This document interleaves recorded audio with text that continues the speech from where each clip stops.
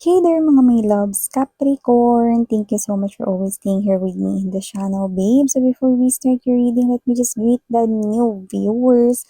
Hi sa mga bago ko po siyan, welcome. At sa mga returning kong mga tambayers na walang kasawa-sawang sumusuporta sa akin, thank you sa inyong walang sawang love for me. Yun nga, kung hindi niyo pa knows mga babes na meron pa po tayong other channel, link ay inilagay ko sa description box ng reading nito kung saan meron din tayong ina-upload doon. Pero mga collective readings naman yon. Yan no. Kaya naman, pwede kayong manood at tumambay din doon. Basta pick up only the messages na tingin nyo ay para sa inyo. At kung hindi naman, then just leave the other messages behind. Kasi baka para naman yun sa ibang viewers. Okay, and yes, wala po tayong gender dito. Babae, lalaki, LGBT, everybody welcome. At kung may cross-watchers dito si Capricorn, pwede rin po, no? At kung merong Capricorn placement sa kanilang natal or birth chart, pwede din po. Kaya naman, just take only what resonates. Okay, so, okay, let's begin. Wala tayong gender, babae, lalaki, LGBT, everybody, welcome. Archangel Michael, thank you so much. Together with the angels and guides and sa ancestors ni Capricorn, can we get messages for them, please? What does Capricorn needs to know? Can you please show me?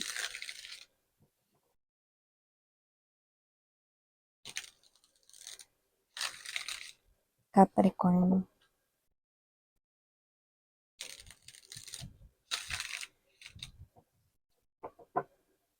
Alright, so let us see. What do we have here for you, Caps?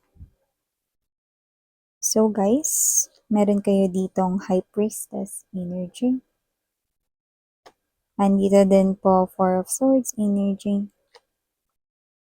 Five of Coins. King of Swords present din. Queen of Cups. Knight of Wands. Bottom of the deck, the Lover's card energy, Queen of Swords. The King and the Queen of Swords ay nandito. You could be dealing here with, if I'm not mistaken, it could be Cancer or Gemini's reading. Please check nyo na lang. Okay. But they also have Queen and King of Swords. Yeah, it could be Gemini. If not, it could be Cancer. But you know, you could be dealing with other zodiac sign naman. Okay? So, Star card energy.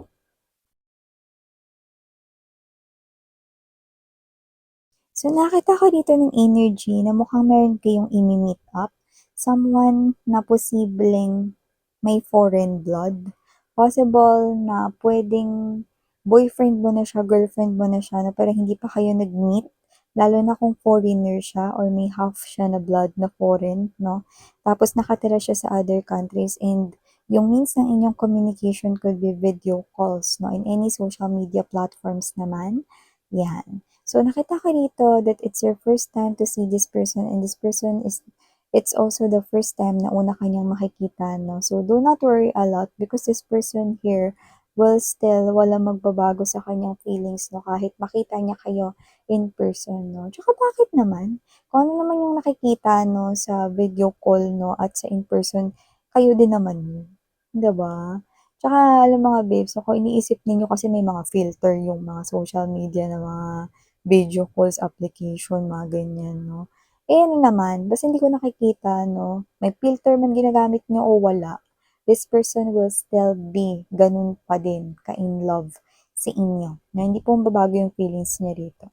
Yan. Kaya pala. Tsaka lumalabas din kasi kayo bilang Queen and King of Swords energy. Okay?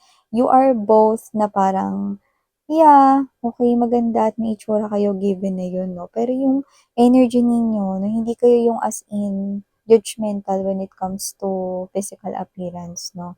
Alam niyo naman yan, no? And I think you are both matured. Ganun din kasi yung Queen and King of Swords energy. But pares kayo may itsura. So, nakikita ko dito. Yan. So, yung iba naman, na hindi nyo pa to boyfriend, girlfriend, no? possible na hindi siya foreigner, pero possible na meron kayong differences at kitang-kita yun. Puwede pa ngang maging issue yun, pero hindi ko nakikita na magba-block ang inyong communication. Paano yun, miss yan? Kasi ganito yan eh. It could be any specific situation, Capricorn. Pero posible kasi na kunyari may mga religion kasi na parang very strict sila or very different yung kanilang mga beliefs, paniniwala, tradition, 'di ba? So I'm saying you respecting that, no? Kung yun man ang kanya rito na relihiyon, no? And yun nga mga babes, no, without any judgment dito sa channel na to, lahat kayo, no? Nirerespeto ko yung inyo ditong relihiyon. So, ginamit ko lang to na, na example dito, no. So, meron man ditong pagkakapareho, no. Maaari itong maging issue sa inyong relasyon. Possible na sa mga friends or sa mga people around you, like family members. Yan, no. May mga ganun tayo, may mga kontrapelo. Yan, no. So, may mga ganong energy. Pero nakikita ko na that is just a part of a challenge. Sa umpisa lang yun. Yan, no? So, nakikita ko kayo dito mga babes, no? Na yung iba naman, pwedeng hindi pa kayo nagliligawan or hindi pa kayo magligawan agad niyan. Pwede maging friends muna kayo at first. Pero nakikita ko dito na makikita mo nakakaiba yung ugali niya. No? Like, may mga times na parang feeling mo, may sarili siyang mundo. Hindi yung tipong nababaliw na siya, pero parang meron siyang mga galawan na hindi mo pa yun na-witness, no, sa iba. Like, this person is someone unique. But at the same time, hindi yung nakakahiya, hindi yung awkward thing. Basta parang hindi yun yung usual na reaction, hindi yun yung usual na ginagawa, no, ng other people. But you will love this mga uniqueness, no, nitong tao na to sa kanyang kilos, sa kanya ritong behavior, personality, and even the way he or she speaks. You'll definitely love those. Yan. So, maliban dyan, nakakita rin ako dito ng energy Capricorn, no? Na posibleng meron dito na gustong makipagkilala sa inyo at posibleng ito tapos na to sa iba, oo. Pero marami pa rin yung hindi pa. So, meron akong nakikita dito makikipag-usap sa inyo. So, block this person here right away because this person here is no good for you. Ano, hindi siya rito good for you, guys. Kasi nakikita ko ito na kahit na hanky-panky pa siya. Kahit kamukha niya pa si Ken na partner ni Barbie. Okay, nakita ko rito, no, na kahit na siya dito ay papable, attractive, sexy, gorgeous, no, hindi ko nakikitang seryoso to sa pag-ibig. And for some reason, ang attention ko ay napupunta sa kanya ritong buhok. So, posibleng may kulay yung hair nito ngayon. So, nakikita ko na this person right here is isang malaking red flag. Kaya naman, block this person here right away. Mararamdaman mo kasi medyo yung energy niya malakas na mahangin. Mararamdaman mo yun agad-agad. Okay? Block this person instantly. Okay? Player yan. Marami yung kakonects with S. S. Madaming kausap yan. Naghahanap siya ng, parang ginagawa niya kasi ganito, nag-elimination siya. Mas maganda ba to dito? Okay. Yan, no? Tapos, hindi niya napapansinin, ibablock niya na yun. May ganun siya eh, no? So, kung sino man to, go. Diba? So, maliban dyan, Capricorn, nakita rin ako dito ng energy. Ito, meron ditong nag-iisip sa inyo. Possible na hindi pa kayo nagre-reply o blinak nyo na talaga siyang tuluyan. Kung sino man siya, hindi lang naman siya rito yung energy ng ex mo. Pero kung sino siya, it could be any person here you know, pero nanahimik ng matagal na panahon. Yan o, nanahimik siya ng matagal na panahon dito pero hindi naman siya rito pipi. Yan o, wala siyang kapansanan na hindi siya makapagsalita, kundi talagang nanahimik lang siya. Yan o. So, sino man tong energy na to na this person right here, no, possible na hindi siya gumawa ng as in literal na movement na pupuntahan kayo, may kipagkita sa inyo, walang ganun. Pero, mukhang kayo to, no, na meron siya ritong tinititigan, no, na isang mensahe na posibleng hindi mo pa rin nakikita ang tagal-tagal na o mas pinili mong hindi na yun tingnan, no? Kasi mukhang meron ditong block sa social media or block sa communication or block sa inyong SIM card whatever, basta naka-block siya. Waiting pa rin this person here, no, na one day, i-unblock mo siya or one day, mababasa mo rin yung sinabi niya. May ganun na energy, no? Pero mukha na siyang haggard. You know, mukha na siyang haggard dito, mga mahal na. Tingnan mo naman yun. Usually, 'pag bago matulog ang isang person, fresh na fresh kasi 'di ba siyempre maglilinis ka muna ng katawan mo 'no, or kaya ikaw muna 'to na parang ano ka na, relax-relax ka 'no, para makapag-recharge ka para bukas 'no, laban ulit sa yung day 'no. Pero siya tingnan mo, haggard. Agad siya dito kakaisip sa inyo mga babes, 'no, nakikita ko rito, 'no. And for some reason, yung body niya yung napapansin ko dito. So, posibleng kung sino man siya rito mga babes 'no, possible na meron siya ritong bagay na nagawa sa inyong hindi maganda. Hindi lang ito about your ex, kasi puwede rin talaga siyang energy ng ibang tao rito na posibleng, meron talaga siya ritong ginawang aksyon na talagang siya yung kumilos nun at posibleng siya yung main character na involved, you know. So, puwedeng may samaan ng loob dito 'no or talagang ano, shinut mo na yung door mo sa kanya, 'di ba? Isipin mo naman, tagal-tagal halos lahat ngayon gumagamit na ng mga social media, 'di ba? Sino na lang bang hindi, 'di ba? So, kung sino man 'tong energy na 'to 'no, malamang talagang tinalikuran mo na 'to, 'di ba? Talagang blinak mo na siya pero waiting pa rin siya na i-unblock mo, ano. Yung iba nakakaloka, na-seen niyo na yung message pero hindi kayo nag-reply. Pero waiting pa din po siya.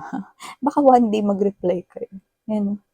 So kunwari na-seen mo na ito 6 months ago, waiting pa rin po siya, gano'n po siya kalupit mag-wait, Tinalo niya pa dito sa Sleeping Beauty.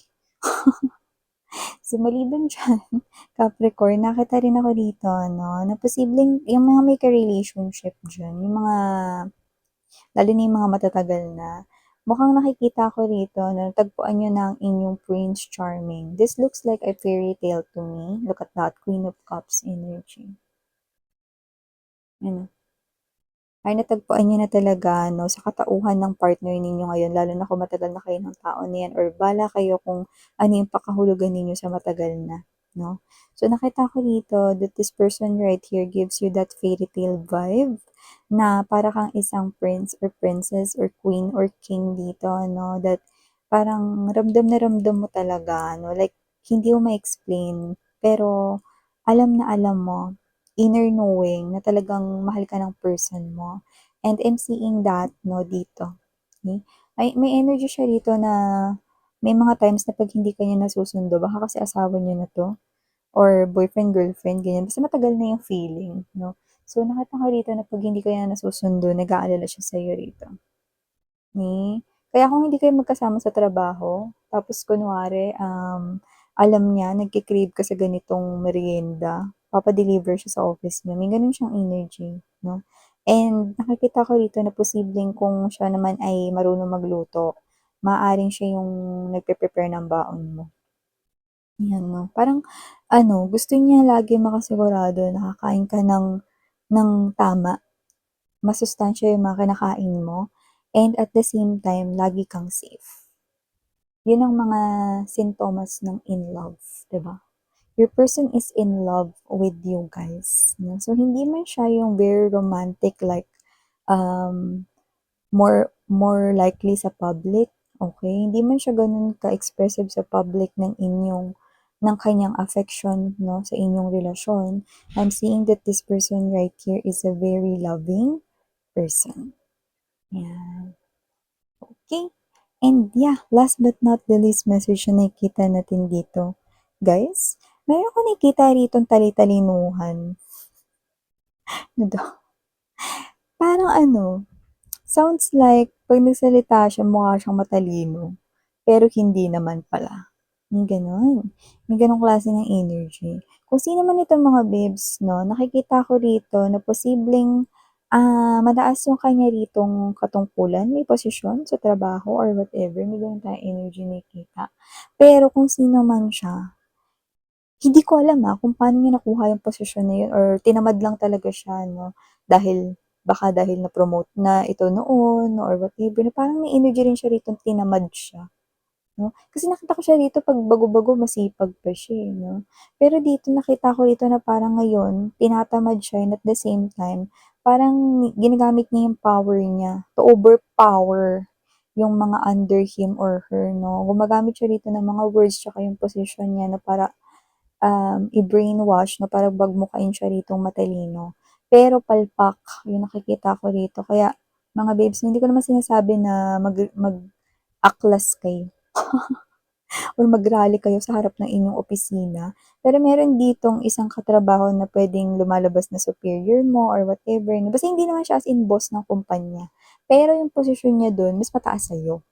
Pero walang laman yung sinasabi niya rito. Puwede mo naman siyang i-report, so huwag kang matakot, okey? Para matapos na yung ganyan 'no, hindi porket mataas yung ranggo, eh, kailangan ng ganito, ganyan 'no. Alam mo hinahangaan ko nga yung mga bosses na nagkamali na sinabi, "Ay sorry, thank you for correcting me." Yan 'no, yung may mga gano'n, yung tinatanggap nila yung pagkakamali nila 'pag sabi nilang gano'n or whatever 'no, gano'n dapat. Hindi yung dami-daming sinasabi, ayaw lang magpatalo. So, may gano'n ditong energy. So, posibleng ito ay mangyari sa mga susunod na linggo. Kaya naman, asahan niyo na 'yan 'no, triggered siya. Mm. So, ito ang mga mensahe for you, Caps. Thank you so much. Again, I'm Yan. Saring Hiya, love and light and meow.